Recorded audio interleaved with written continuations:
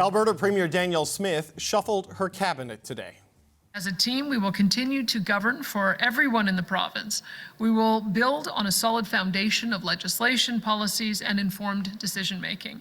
We will continue to diversify and build Alberta's economy by breaking down interprovincial trade barriers and forging new partnerships. We will engage with the federal government, make Albertans' perspectives clear, advocate against the policies that have punished our province and its largest industry for the past 10 years, and chart a new path forward for our province. The shuffle resulted in some new ministries, including 2 additional portfolios focused on healthcare. Smith said the team of ministers will allow the province to deliver on their healthcare promises, including to shorten wait times.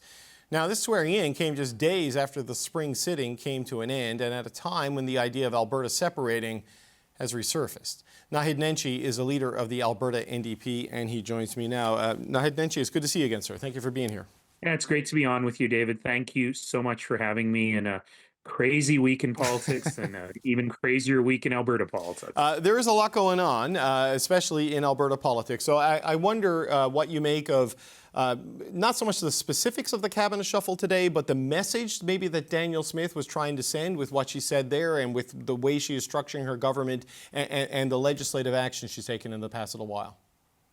Oh man, where to even begin? You know, the old cliche here is so true, which is, Premier, this ship is sinking, and shuffling around the deck chairs is not going to help you in any way. We've just finished a legislative session, which is probably the worst session I think a Premier of Alberta has ever had. She lost 2 of her caucus members. Others are in open revolt. She loses 4 more. She loses her majority. Healthcare is in chaos. Education is in chaos. The economy is stumbling badly. And she's been mired in this corruption scandal on healthcare that threatens to get even larger across the rest of the government, and procurement about alleged bloated contracts. It goes on and on and on.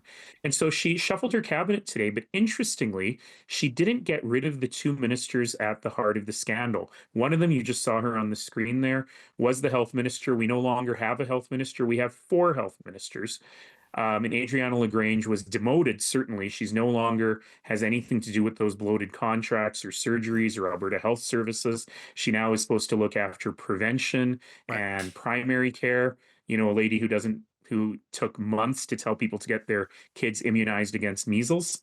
And Mickey Amory, the Justice Minister, who at the very end of the legislative session admitted something he had never admitted before, which is the figure at the center of the scandal, who's received these allegedly bloated contracts, this PC insider, is his wife's cousin and one of his best friends. He had never told us that before, nor did he recuse himself. And he's still the province's top lawyer. So Albertans, I don't think, will be very satisfied with this. The undercurrent of it all, that, you know, this is the stuff that plays out daily in Alberta. What we're hearing outside of Alberta is this the idea of making it easier to have a referendum on separation. And while the Premier says she believes in a united Canada, you know, process-wise, she is kind of greasing the skids for a referendum to get there. And she was asked about this today, about the impact of national unity if Alberta's demands on the new federal government are not met. And she had this to say. Just listen to this, Mr. Nenshi. What do you think it's going to do to national unity that it's easier for Alberta to get its product traded to the United States than through British Columbia or through Eastern Canada? And then we're going to have that conversation, because that is the problem that we have right now, is that we all have stronger ties north-south than we do east-west. And so I'll be looking at that as an indicator of whether words were said just to win elections, or whether words were said because we're serious about trading with each other and supporting each other. So, you know, Mr. Nenshi, it seems to me that argument will resonate with a lot of people in Alberta. Well, how strong do you think this separatist push is? Well, of course, she's right about that. But that's something that's always been the case, you know. And she's been in power. Her government's been in power for 6 years. They built 0 miles of pipelines. They've had 0 proposals to build any pipelines. The Trans Mountain expansion, which opened, was thanks to Rachel Notley, the federal government, and an able assist from the then mayor of Calgary. So she doesn't have any credibility on this. You know, it's a Friday afternoon before a long weekend. Normally we call that the garbage dump, the time you put out the bad news. It's weird that she shuffled her cabinet on the Friday before a long weekend. It's like she's embarrassed of her new cabinet members. But the real problem here, David, and one that national audiences have to worry about, and I'm sure that my old friend Zane Velji's talked about this a lot on the show, is her talk goes beyond what she said in that clip. And it gets into incredibly careless talk about the very nature of Canada and the future of this country. She's following the script to a T of a guy called David Cameron, the Prime Minister of Britain, who enabled a referendum on Brexit while giving lip service to the fact that he was kind of opposed to it, while saying that it might provide more leverage for a better deal with Europe. And then he never said the part that Danielle Smith has straight up said. He never said, the reason I'm doing this is because I'm worried about a third right-wing party. When Danielle Smith was asked about this last week, and I forget when it was on, it might have been on your show, but when she was asked about it, she legit said, I'm doing this because I don't want a third party because then I would lose the election. So she's gambling with the future of the country because she's worried about her own political skin.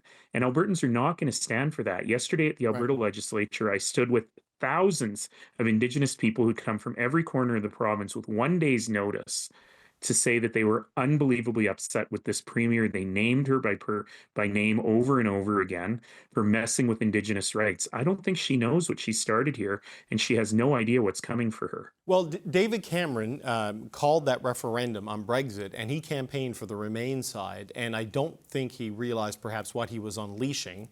And certainly, you know, we saw through Cambridge Analytica and the use of Facebook, there was a mobilization in a binary sort of yes-no referendum choice that the way Canadian elections are broadly done, we're kind of a bit insulated from that with, you know, paper ballots and sort of like regional splits, multi-party things, but referendums are different. I just wonder, you know, where you see this going, because we have Indigenous groups now coming out talking about the treaty rights, and there's a collision potentially there, culturally and societally, if not legally. Do you see a world where this gets to the over the 50% threshold if it does come to a referendum question in 2026? Well, barring a successful legal injunction, the Premier has put into place a system that means we will have a referendum, and we'll probably have a referendum next summer. So if she wanted to change the channel, well, she succeeded on changing the channel. Nobody wants to talk about corruption in healthcare.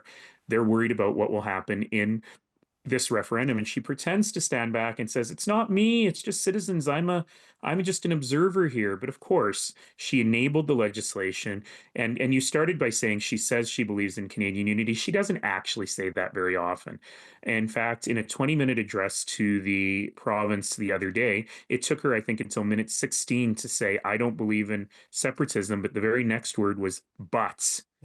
And so we don't have a Captain Canada here, even in the way that David Cameron sort of lackadaisically stayed on the Remain side. She's even more hands-off. So do we get to 50%? Over my dead body. I will fight this with everything I've got, and I know many Albertans will continue to fight it. We're not letting Danielle Smith get rid of this country. But what will happen is enormous anger, enormous fear, neighbor against neighbor fighting.